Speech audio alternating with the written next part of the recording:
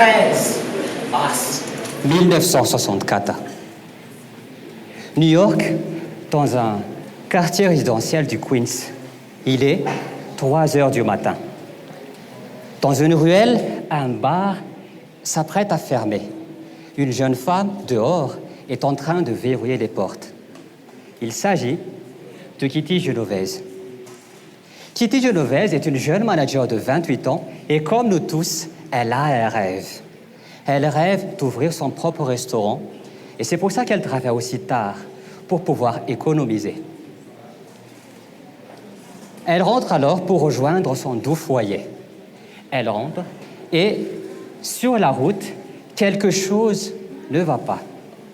Elle se sent observée. Elle regarda derrière elle et c'est là qu'elle l'aperçut. Un homme, l'air menaçant, était en train de la suivre. Paniquée, elle accélère alors le pas et elle ne tarde pas à courir. Elle court, mais son poursuivant fait pareil. Ce fut alors le drame. Kitty Genovese fut attrapée par son agresseur. Elle fut attrapée, elle se débattait, elle cria à l'aide de toutes ses forces, elle cria au secours.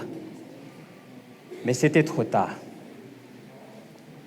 Dans la nuit du 13 mars 1964, Kitty Genovese fut violée, puis assassinée.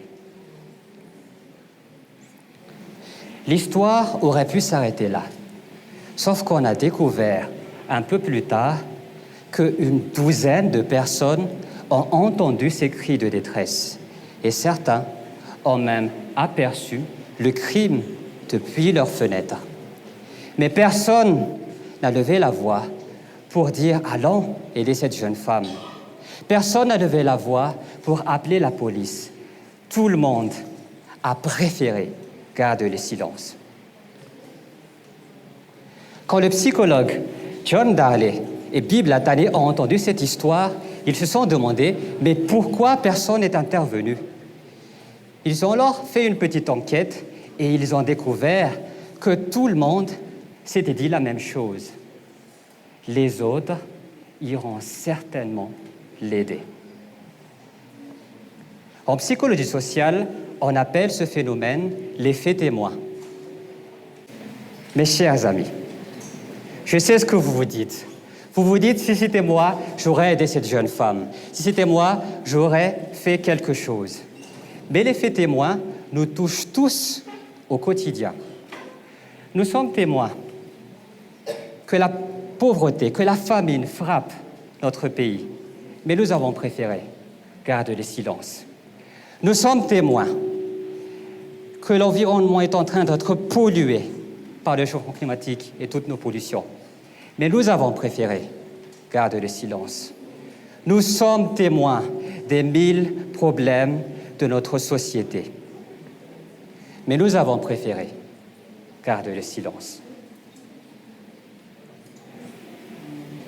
Mais aujourd'hui, en ce jour historique, je vous invite à inverser la tendance. Je vous invite à prendre la parole.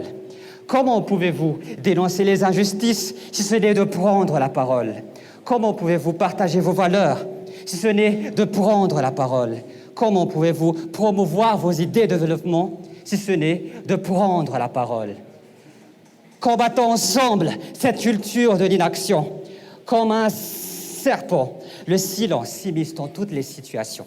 Si on le laisse s'installer, le sang qui s'écoulera ne connaîtra pas de cessation. Soldats de la justice, laissez vos épées et arborez vos plumes.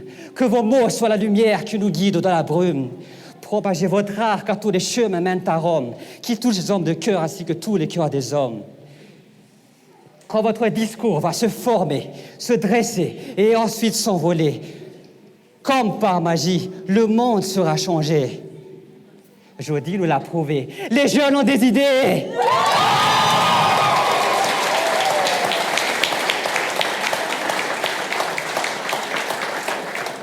Lever la voix pour le bien ne doit pas vous faire rougir, car le silence n'est pas d'or, et parler, c'est agir.